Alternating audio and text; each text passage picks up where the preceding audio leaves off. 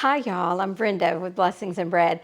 Today I'm in my kitchen, but today I'm in my kitchen, but I'm not making food. But I am going to make something. I'm going to make my own homemade liquid laundry detergent.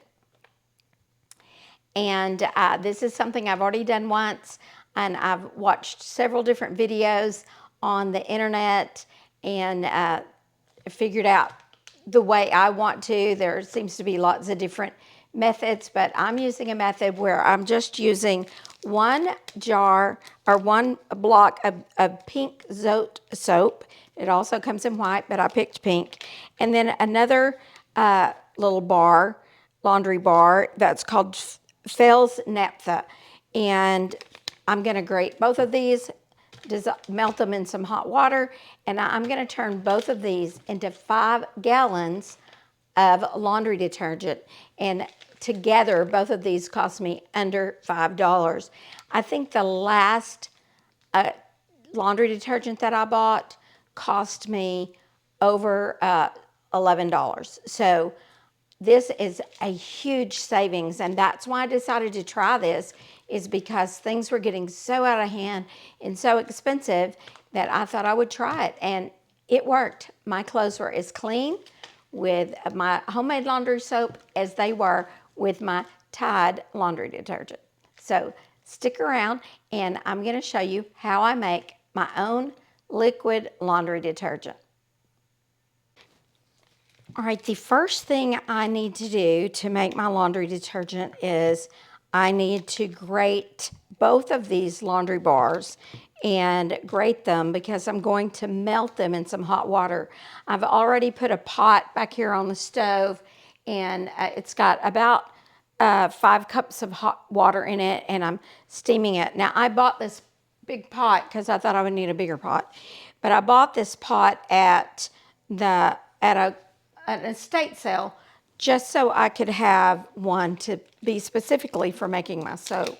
And then I just store it in the garage until it's time to make soap. So all I'm going to have to do is grate these, and then once my water is hot, we're going to melt this into the hot water.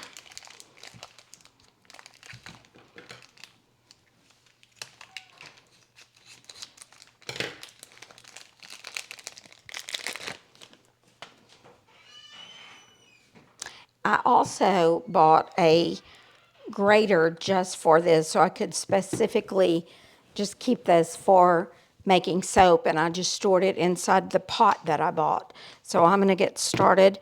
Takes a little while, but it's not hard to do. But this was a brand new grater, and the last time I did it, I was not careful enough, and I took a little part of my finger off. So be careful when you grate your soap. And basically, we're just going to make soap curls. It really has a good smell, too, so it smells really good. There's a white one, and I don't know if the white one also smells. I don't know if you can get one that has no scent if you don't want scent. I didn't look because I didn't mind the scent. It's a really fresh scent.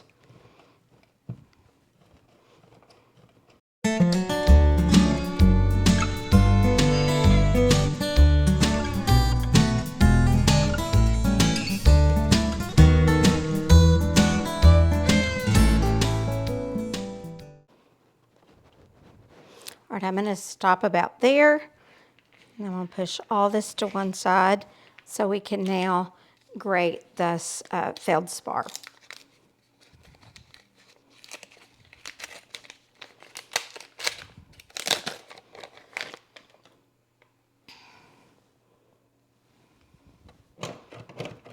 This is a little harder than the pink bar, the Zote, and so it's going to make a little finer grated soap to put in your detergent. It's a little more just flaky, little bitty pieces, whereas the pink came off in pretty big little strips. So let's get this one done too, and then we'll be ready. I'll check on my water. You want your water to be hot, but you really don't want it boiling. Just right at a boil, but not really boiling.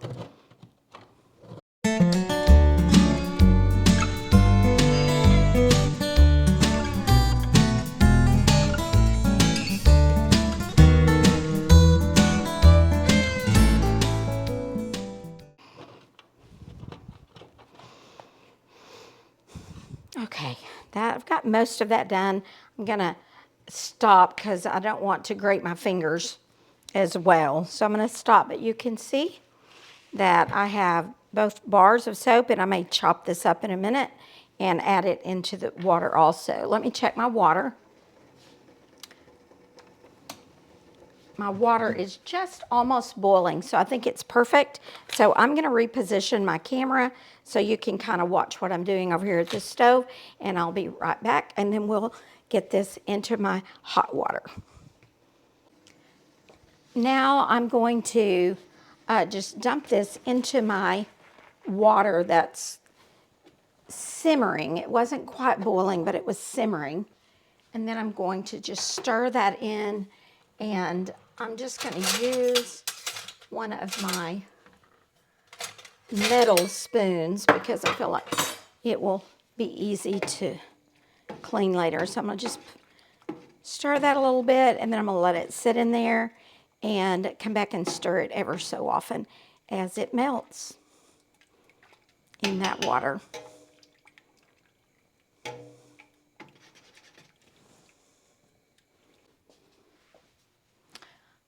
While the soap is melting in the hot water, I'm going to be filling a 5-gallon bucket with hot tap water.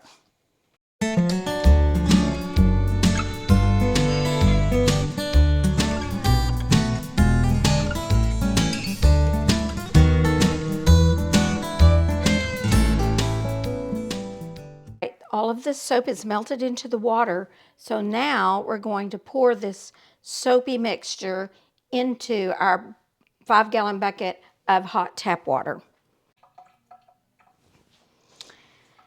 Well, I forgot to push record, so what I've done is I poured all of that soapy water into my bucket, and now I'm getting more hot water, and I'm doing it in my bucket so I can get any leftover soapy residue off my pot, and it will also go into the laundry detergent. So we're gonna fill this bucket up, and I'm just using as hot a tap water as I can get out of my faucet. And then I'm gonna add that also to the bucket. I think maybe just a tiny bit more water, maybe.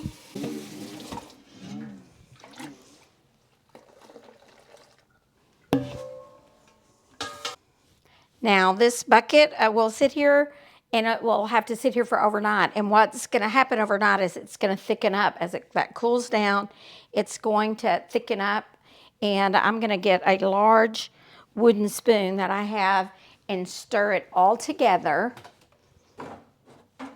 And then we'll have to stir it in the morning.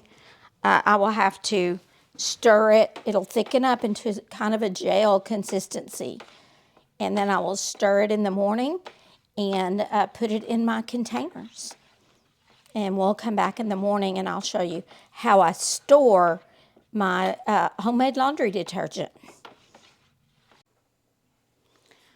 Okay, today it's time for me to finish up my laundry detergent. It's been sitting about 24 hours. And so now I'm going to, as you can see, it's kind of gelled up. So now what I'm going to do is I'm going to stir it. And this will take a little effort. I actually watched another video, and one lady ordered I think it was probably designed for using to stir paint that can be attached to a drill. And I think that might not be a bad idea to invest in. She said it wasn't but about $5. But basically I have this large wooden spoon, And I'm just going to stir this until it's kind of broken up enough that I can bottle it up and put it in smaller containers to store.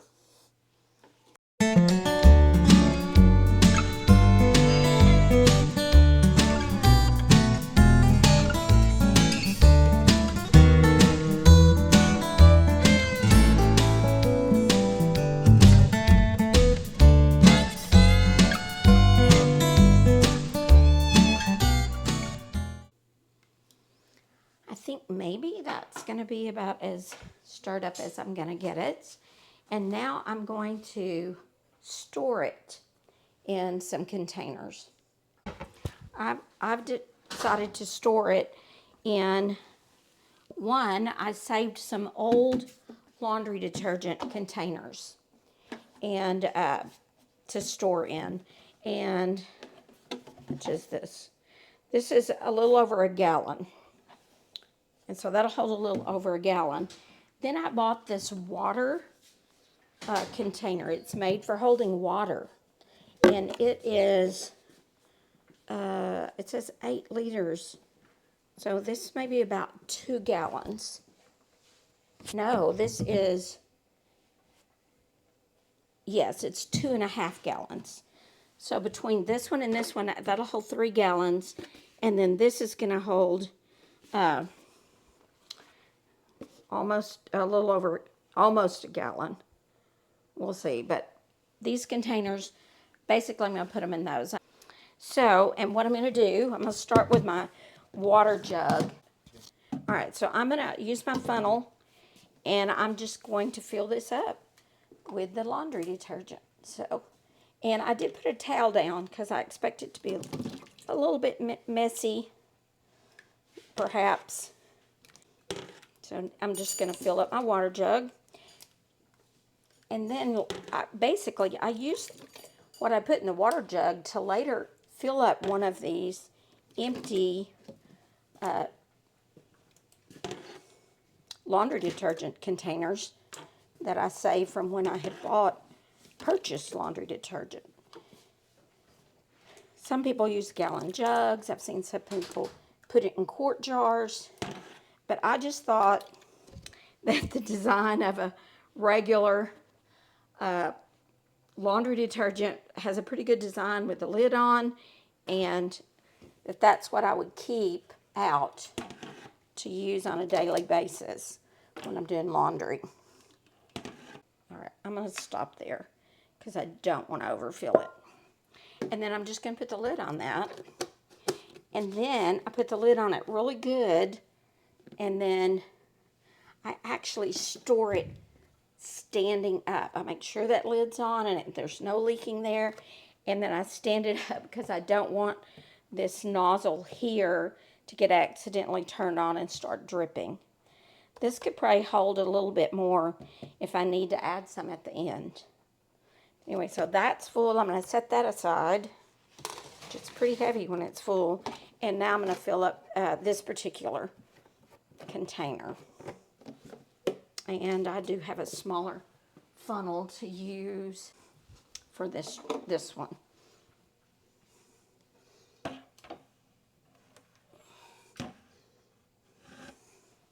Rod was trying to be helpful and offered me the same funnel he uses to drain the oil out of his car.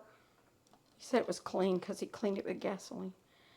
So I don't really think I wanted gasoline or oil in my laundry detergent.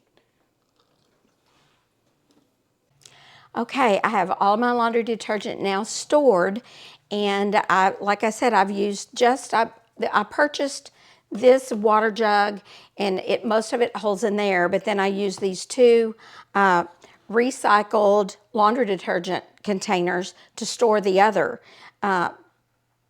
rest of my laundry detergent, and then I just actually still use this to measure and wash my laundry on a daily basis.